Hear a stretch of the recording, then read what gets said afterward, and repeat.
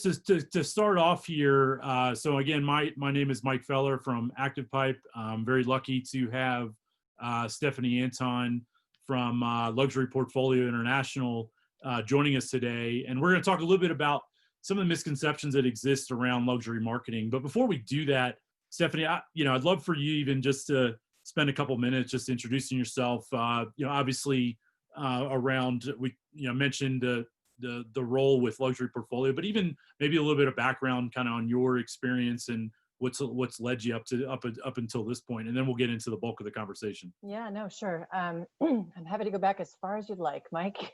And thank you for having me. I think you and I, whenever we meet in person, we always have really just interesting conversations. I like the way your brain works. And so thank you. If we can recreate a little bit of that here, I think it'd be super fun. So I'm good with that for sure.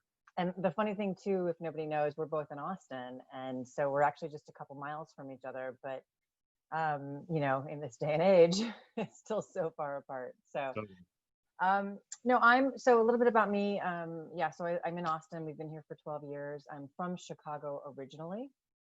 And I've been in real estate for almost 20 years. But I've always been on the marketing side. I mean, at the end of the day, my master's degree is in marketing and I'm a marketer. I worked in an ad agency, but my father was a real estate developer. And so I always joke, I grew up, like on construction lots, literally. He was building in the suburbs of Chicago in the 80s and, a lot of the boom of really some ugly stuff, but some really nice stuff he did too. So I ended up, my husband is also a developer. So I have a lot of it in my world, but I've never sold. I love working with agents, and I've been doing it ever since I got out of grad school. I worked at a firm in Chicago called Koenig and Stray, and we had 1,200 agents at the time, and headed marketing there. And then I was at GMAC, and I've been at Leading RE for 15 years. So always on the marketing side though, and most of my career on the luxury side. Oh, very cool. I always love hearing just sort of a little bit of background, a little bit of story, behind this, because I think it helps frame some of the discussion as well. For sure. I think when people realize that my husband is a real estate developer, it gives me a little bit of credit because, developers have a unique point of view, and my husband is very vocal. So. Good. Well, look, if we can add to your street cred, I'm always happy to do that. So appreciate that. Good. So why don't we jump into the bulk of the conversation? Actually, for those of you who join us, if you don't mind, even in the chat, just letting us know kind of where you're from, what firm, if you're a broker, agent, that'll help us kind of cater the conversation to that accordingly. So, and so I guess Stephanie can kind of kick off here. Obviously the topic here, we're talking about some misconceptions that exist around luxury marketing. Love to kind of hear some of your thoughts there, and where is sort of your head at with that? What are some of the things that you see, maybe starting off with some of these, misconceptions, and then maybe kind of expand on, okay, well, why do you necessarily disagree with those, or how would you handle them differently? Yeah, sure. So you asked me to do 3. And so I thought of a couple things immediately, but the first one I thought of, and it's always been interesting to me, is I talk to what's cool about my role now, and frankly, my background is that I've been able to work with large brokerages, small brokerages, all different sizes, and there's no one size fits all solution to determining how you're going to be luxury, how you're going to focus on luxury and luxury marketing. But I think there's a misconception that people say, well, my company serves all price points, and so I don't want to alienate my lower priced properties and sellers and agents and things like that by positioning myself as a luxury brokerage. So I think it's a choice, and it depends on your market. It depends on, your market share. But if you choose to go the route of branding your firm as a luxury firm, it doesn't mean that all of your listings have to be luxury. But what it does mean is if you're not branded luxury, you're never really going to break into luxury. But if you are branded luxury, you can really do all price points. And one of my favorite examples of this is a firm in Houston, Martha Turner. And Martha Turner is now a Sotheby's owned brokerage, but they used to be independent for many, many years. And Martha herself was a huge personality and a very big, well-known person on the Houston real estate scene. And she was on billboards and on commercials. And And Martha always talked about how she um, would go on TV and say, from 30,000 to 3 million, Martha Turner is here for you.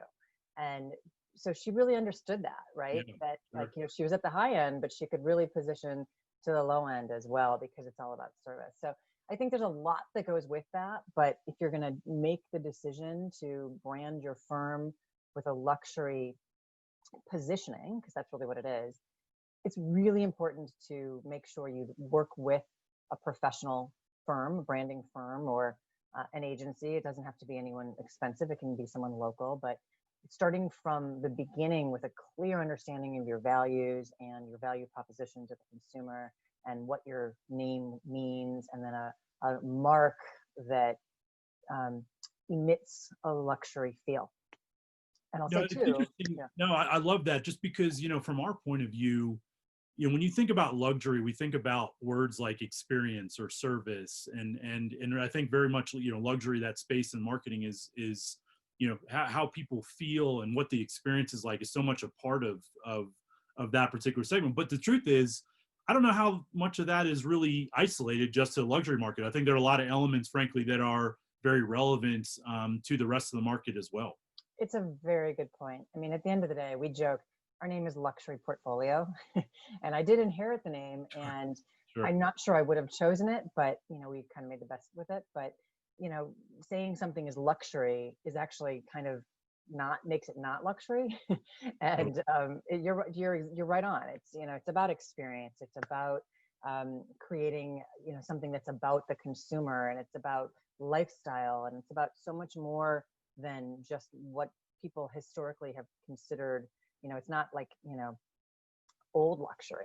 New luxury is much more inclusive, not exclusive, and that's No, important. totally. And I think it's very timely one, since that, when you look at a lot of the different markets, and we'll get into this in a little bit here, but when you look at the influx of a lot of listings that are happening in markets right now, I mean, I think that extends to listings as well, right? How an agent markets a property, and how an agent thinks about creating that experience and having the potential buyer in that sort of world. Like, that's, again, I feel like that experience and that experiential type of approach is very relevant across the board. Well, I think it also goes to the fact that the bar has been raised for all marketing, right? Mhm. And so your agents are expected to do so much for the marketing of a listing today. And so maybe what before they would have done for a luxury listing, you really have to do for all listings now, to your point. But I Sure. would say I still think there's a very critical and important part of crafting a luxury program so that what you're doing for your top 10%, 15% of listings is different and more. Because you always have to make sure that, again, the price point is more, and there's different things that you're going to do to appeal to an affluent consumer. And so you can't, if it's one size fits Yeah. all, I think it's a bit of a fail. Yeah, absolutely. Absolutely. No, that's spot on there. So what else? Okay, the first one there, I really like that. What else are you seeing out there in the space that might be perceived in a different way? Well, we kind of touched on it a little bit already, but I jokingly say, like, it's not all about top hats and tails. And right. So there's this perception of old luxury. And, that if you want to break into luxury, you have to wear a three-piece suit every day. And I was talking to someone about it yesterday, in fact, and I was saying, actually, it really depends on your market and your client, because Mhm. I think what an affluent consumer wants today is authenticity, Yeah. and they care a lot about people who are people and are comfortable with themselves. And in a way, there was an ad campaign a bunch of years ago about a hotel company, and it was the headline was something like the ultimate luxury is being you. Hmm. Right. And so it's I think, again, sort of the times have changed, and authenticity is really important. So my point was, when I was talking to her yesterday, I was saying that, the top agent in Hawaii, I mean, I've only seen him wear shoes a couple of times.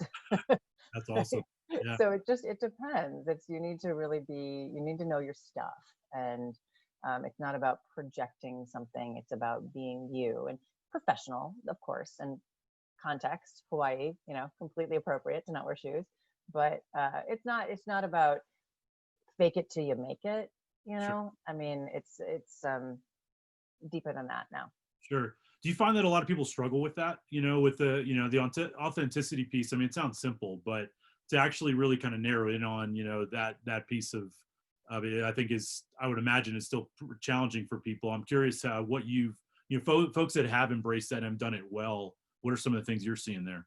Yeah, it's a good question because I think the easy thing to do is think, oh, if I wanted to get a luxury, I got to walk the walk, join Hmm. the country club, and and all of that is true, right?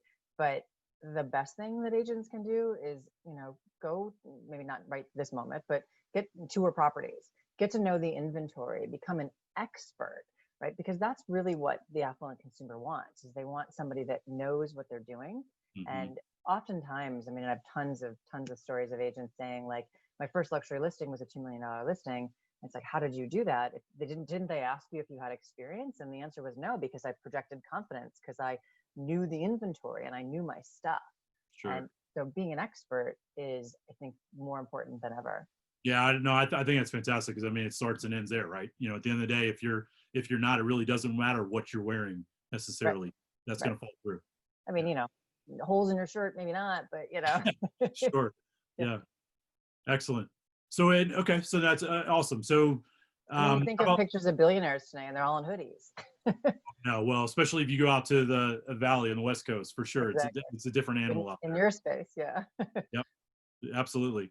Yeah, our I would say the tech world's probably a little bit different, For but sure. cool. So what would be the third one that you're thinking? So the third one, just kind of again off the top, but the third one was a misconception that print is dead. And it's interesting because we've been talking about this for a long time and it's shifting, there's no question. But in luxury, even today in COVID times, we have made the decision to continue to print our magazine. And the reason for that is because we know affluent consumers love the experience. And back to your point, Mike, of turning the pages of a beautiful magazine and seeing ads and reading articles. And, we do them mostly via direct mail. You don't really sell them on newsstands as much anymore, but there's something very 360 about the experience of print. Sure. And, so is it, yes, we're shifting away from the newspaper little box. Thank God, of course. We still do some of it and it's effective for us. I mean, we get a lot of traffic from the Wall Street Journal, but it's at the end of the day, it's not something, I don't think that there's never a silver bullet. There's not one solution. So that's partly, frankly, is a plug for you guys. It's why we've decided to partner with ActivePipe, because you have to have this sort of holistic approach to your marketing, and you have to do print, you have to do online, you have to do email marketing, you have to do digital marketing, you have to do postcard marketing, and direct mail. And I think we could talk about that all day long, but I think it's critically important. And so if you think, oh, no one does print anymore, that's just not true. Yeah, sure. No, I really like that one. And look, for us, we're obviously on the digital side, and everything you've seen, I'm sure, over the last 2 months has been digital, digital, digital, right? But I think the important thing that I'm hearing there is that it's not about really one necessarily channel. It's about the appropriate mix, and Hmm. and coming back to thinking about, okay, if the ultimate objective is how do you provide a top experience for your clients, that's going to come through different channels. And so I really like that, just because I think that, look, I mean, you don't have to look any further than what you see on social and across a lot of articles that are out there, blog posts. I'm sure we're adding to it right now, but everything is digital, digital, digital. And I think this Right. one, potentially for some people might be perceived as going against the grain, but I think is spot on. Well, I mean, we're, obviously this moment in time, we're doubling down more on our digital stuff too. But Sure. I think some of the print is going to come back. And it depends on the market again, right? So if you're in a Yeah. market like, you know, Aspen, where it's a lot of foot traffic and it's a lot of the local paper, there's a lot of value to that. And, I think also there's value to always trying new things. So, whether if it's like, 40% digital, 40% print, that might even be high and not right now. But that 20%, I always think in terms of your budget, right? To keep some of Yeah. that aside as mad money. And, and so maybe your digital thing is a combination of email and banners and social media and pay-per-click, and then you've got this 20% that's like for just other things, and Sure. maybe it's an event, maybe it's a, you know, whatever it is, but and that always, I think, gives you a little bit of room to play too. And if you're a Yeah, marketer, sure. good agents or marketers, it's fun. Totally. Well, and I also think it fits back to your earlier point around authenticity, right? You have an opportunity to allocate maybe that 20% to something that makes you you, or something that's unique and different, and everything. Because at the end of the day, right, it's like regardless of whether you're doing digital or you know, multi-channel approach, is figuring out a way to do things a little bit different, or maybe Mhm. kind of you take that authentic, genuine spin on things. I think is always really important. Or new, Yeah. right? Something that's new, and it doesn't have to cost anything. I mean, maybe it's the time for your assistant to do an Instagram video, right? Sure. And you know, there's budget there, but it's just, you know, trying some new things and seeing what works, because you just Sure. never know. Yeah. So taking that a step further, are there certain things there that you've seen over the last, you know, maybe couple months now that are new, that are certain things that you maybe have your eyes on that are really effective, or some of the things maybe you guys are doing as an organization? Yeah. We have, I mentioned Instagram because we've shifted, and I think Facebook has been a big focus for us for the last couple of years. And just in the last year, we're shifting more to focusing more on Instagram and on LinkedIn. I got to be honest, we're getting a lot more engagement on LinkedIn in the last Yeah. 2 months Yeah. than, you know, I know we were promoting this there, but it's been a nice sort of refreshing change. Sure. And we're trying lots of things. We're doing things like this, right? Conversations and ways to make people feel connected, and to best practice share, and things like that Sure. too. So not so much marketing focused, but more education and knowledge and things like that. So, and then we're always Totally. looking for new partners, and trying to figure out other creative things that we can bring to the table. So it's been fun. Yeah. No, that's awesome. I mean, look, I think, you know, one of the things that's been very core to what we're doing is if you know, you lead, if you lead from a position of genuinely trying to help people, I think that's really important, regardless of the channel that you're focused on. I think if that's a central thread that, you know, I think, I know we're biased, but I think we've seen a lot of value, and also, frankly, on our side, a lot of fulfillment in doing these things, for sure. Sure. I still think email marketing, I mean, I think it's really valuable still, and frankly, potentially even more valuable now. And, you know, there's a lot of value to people opting into things. If people ask to receive something, then they want Hmm. to get that. And so Sure. it's really just targeted, it's integrated marketing. It's not spamming people. And um, so it's a great way. And then now, like, there's just so many cool things you can do with customization and video, and and tracking, and we love data. So it's Yeah. it'll be fun to see, you know, as we work deeper with you guys, what else we can do. Totally. Well, look, you're speaking my language there, right? Around data and relevancy and everything. So no, I think that's awesome.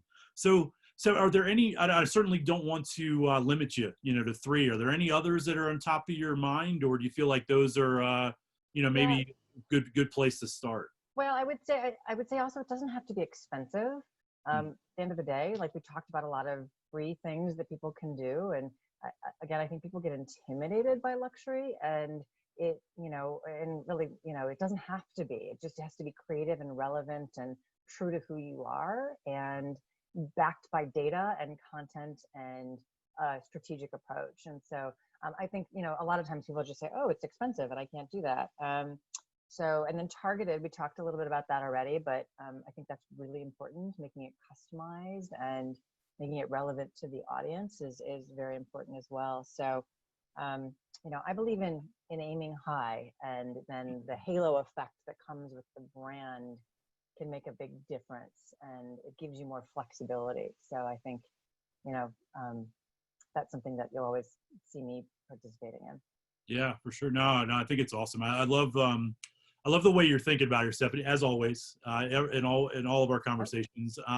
One of the Hope you things I laughed generally tonight. like to ask and dig into a little bit is, you know, getting now that we're kind of talking about some strategies here, some of the ways that you're looking at things maybe a little bit differently now. What are there one or two things that, from a tactical point of view, that somebody who's listening to this could say, okay, I can go ahead and implement this tomorrow? Is there anything that you would see, you know, as far as tactical advice that you would give anybody listening now to go ahead and, hey, try this today or try this later on in the week? Yeah, I mean, I think I would, I personally, again, it depends if you're in the space or not, but I go back to research. So I would make sure that you're very educated about what's happening in your market. So what's happening right now, in fact, you'll get me on this, but there's a really unique moment in time that we're seeing right now because there's a lot of demand and there's really low supply, even in the luxury end. Yeah. And so I'm trying, oh, now you can see my little dog. I I told you this is going to love it. happen. I love it. Yeah. Authenticity, right? Hey, there you go. Yep. Um, anyway, and so, I think that we all have an incredible opportunity. I actually recorded a little video that we posted on our social sites yesterday and emailed to our folks, but um, about exactly this. And so this is a huge opportunity for people to get this message out, to explain. So look into your local market and look into the data and see what the inventory looks like now versus a year ago, if you can pull that from your MLS. And if in fact I'm right, which I know that we have 20% less listings over $1 million nationally than we did a year ago. That's Sure. a big deal. And especially in luxury where we usually have tons of inventory. So I would go and do that research. And then if in fact that's the case, and even if it's not luxury, all price points, right? Get that message out. So whether it's a video on your own social channels or a postcard that you send to your sphere, just letting people know that now is a really good time to list your house because we have to collectively work together to get this inventory problem addressed. Because right now we have a lot of demand, and I'm worried about the sustainability of this sort of V-shaped return because we're seeing it already in a lot of markets. But if we don't have the inventory, it's going to be a challenge. Yeah, no, I think it's really interesting you bring that up. I mean, I think that, I think the inventory being, the primary focal point there. So I think that's, the advice is spot on there. I think what's also interesting, we talk a lot about, this was folks in the space is that, are we running into potentially a false positive right now with the influx, just given that a lot of states are reopening and I certainly hope that I am concerned about this and I'm wrong. But what else is out there? If there is a possibility of a second wave, like I'm curious to hear maybe even go a little bit further there, Stephanie, in terms of like what you would see. Would it change much, at least on the luxury side? If there was a second wave, yeah. I mean, I think we all fear that, right? And so we'll see what happens. But I think some of this demand that's happening right now, frankly, is people who are fearful that there is going to be a second wave and they want to be more comfortable if that happens. Yeah. And right. And so there is some of that for sure. But I also think that I did a really interesting, moderated a panel last week. Or was it last week? The weeks, yeah, on Inman with a couple people who are in the rental space, and they were talking about the second home market and just the influx that they're seeing in interest in markets that are driving distance. And so I think that that's going to happen whether there's a return or not, because people have, especially on the luxury side, we know that the two top places that people spend money, interestingly, people who have money spend it on restaurants and dining out and travel. Mm-hmm. Yeah. So that money is not being spent on those two places right now. And so it needs to go somewhere. And I think that they're going to buy second homes. So there's going to be other things that are driving the market and also filling in some of the gaps. But I think it's a good thing for markets that have been really hit hard by COVID, that are in tourism markets where people haven't been able to travel, if you can drive there. Sadly, Hawaii, I think it's going to be a challenge for a long time. But what we saw with places like the Aspen and the Hamptons that happened so quickly, now we're going to start to see for, all the other, like here in Austin, Fredericksburg, it's crazy right now. Apparently there's just, you can't even get in to have a wine tasting right now. It's Fredericksburg is a second home wine country community outside of Austin. And, it's going crazy right now. Yeah, it's a really cool town. No, I didn't realize that about there specifically. Yeah, I mean, it makes sense though. Yeah, right. So it's also a really, I think, I was thinking about this this morning while I was walking. It's just a fascinating time to be in real estate, to watch what's happening and to see how things are shifting so quickly and how expectations of consumers are changing, and the way agents, I mean, my God, how you guys have all adapted and adopted new technologies and brought on and just try different things. It's been inspiring and fun. No, totally. I mean, I think that this is obviously, it's been a very challenging time for a lot of people, but I also think that there's an opportunity now, especially in the space right now, that look, if you figure out ways, you come up with a solid strategy, you go and execute, you try new things, and there's an opportunity right now to do something really special that, frankly, you would remember. Like, this is a time that I think we're going to all remember. 10, 20 years from now. We won't necessarily remember what happened in Q2 of last year, as an example, but we're going to remember this time. Yeah, and I don't mean to be flippant in saying that it's just a fun time. It's been fun Sure. to watch, and it's been an incredibly difficult time and Absolutely. terrifying, and especially the combination of COVID and the Black Lives Matter movement, and it's been moving and incredible to watch, but just also intellectually interesting. No, absolutely. No, spot on. So I know we're coming up here on time here. So I would encourage, for those of you listening, if there are any questions, please feel free to throw them in the chat and we'll address them. But while we're doing that, and while people are maybe throwing a couple questions out there, Stephanie, is there anything else on your mind that you feel would be kind of helpful to leave people with here? I'm just looking at my notes to see if there was anything else that I wanted to talk about. I think that was kind of the big things. Yeah, no, I think that we covered a lot, actually. I mean, I think there's some basics that apply to the luxury industry, and I would say not to be scared of it, and to, I think your confidence will increase if you educate yourself and inform and arm yourself, and that's a really important aspect and thing you can apply to life in general. Totally. But the more knowledge you have, the more dangerous you are, and that's a good thing. So I think it's I think we're going to be okay, and I feel positive about the future, short and long term, and hopefully we're on the right trajectory. So, yeah, absolutely. No, I really, no, I think you're spot on there. So, well, again, Sebi, thank you for that. Some thoughts there, but would love to spend a few minutes here to offer some time for questions. So, if you have them, feel free to throw them in the Q&A and the chat as well. Happy to answer anything. Yeah. What about you, Mike? I mean, are you seeing your business change significantly, or, what are you seeing people doing that's really blowing your mind? Anything fun?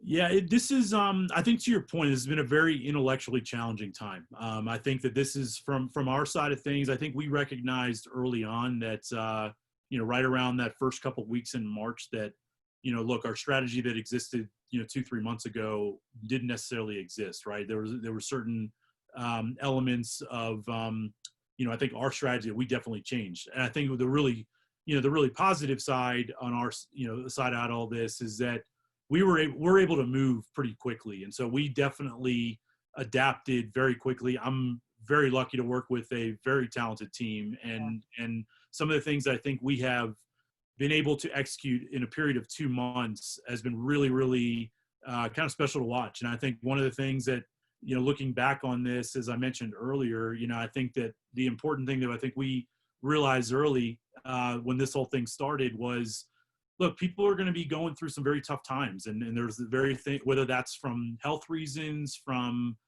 socioeconomic reasons, job loss, stuff going in the market. And, if we can come in and hopefully from a position of help, and even if it's of a small slice of people, that I think if that's a central thread to everything that we do, that I think that's the right way to go about things. And so I've been it's been a really very eye-opening time for us, for sure. But I think that for us, I think we're very fortunate too, that given the remote aspect of this whole situation, and how, agents were remote, we were remote, you guys were remote, and then your clients are remote. Like we naturally can facilitate that. But there was a lot of things where we just doubled down on, can we put as much content out there as possible in a short amount of time, and really with just in the spirit of helping.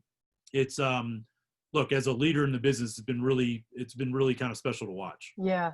So I'll say 2 things quickly about that. Is I think you're right. I connect really well to that concept that if you're leading with your heart and your intentions are in the right place, everything falls into place, and you have to adapt. And we've all really learned that. But it's important to understand the ramifications and the situation, but it's also, we need to also continue to focus on being positive.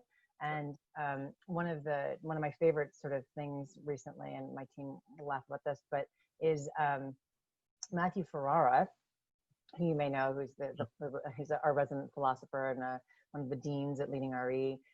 Matthew recently said something on a webinar which just really struck me. He said, every call that you're on, he said, you should always take a moment at the beginning or the end of the call to say, what's one good thing that's happened to you this week? And it's been and we started incorporating it into our team meetings and into some of the calls I've been doing with our economists. And it helps us, I think, all keep our eyes on the fact that we're all human, and there are, silver linings and a lot of positive things happening too. So totally. No, I love that line of thinking for sure. So no, I'm gonna remember that one. We got a question in here, Stephanie. So one of the questions was, what are the top 3 bullet point ideas for marketing to give an agent when stepping into the luxury market? So I think, again, stats, I'll say that. Personal branding, I think, is really important. And so you can't just do listing branding, because if you position yourself and embrace personal branding, that's very important too. And then also, I would say third, partnering with other agents. So it's not so much marketing, but it is kind of, which is, a lot of agents will let you set their luxury listings and their open houses, and they'll let you kind of get into the space if you don't have the listings, and then you can potentially pick up buyers too. So I think those are 3 things that I would say. So data, personal branding, and then B2B, kind of partnering with the community. No, that's awesome. No, that's great. And then it looks like there was a question about the recording. Yes, we'll be sending that out after for those who joined. I guess I'll give one more opportunity. Is there any other questions that we all thinking about? Nope, doesn't look like. I'll give maybe 30 more seconds if there's another question. They might be letting us off easier, Stephanie. It's all good. Yeah, it's all good. People can always email me too. I'll say that. It's santon@luxuryportfolio.com. And I'm happy to, even if you're with a competitor or whatever, I'm happy to help, no problem at all. And Mike, I appreciate the opportunity. This has been fun.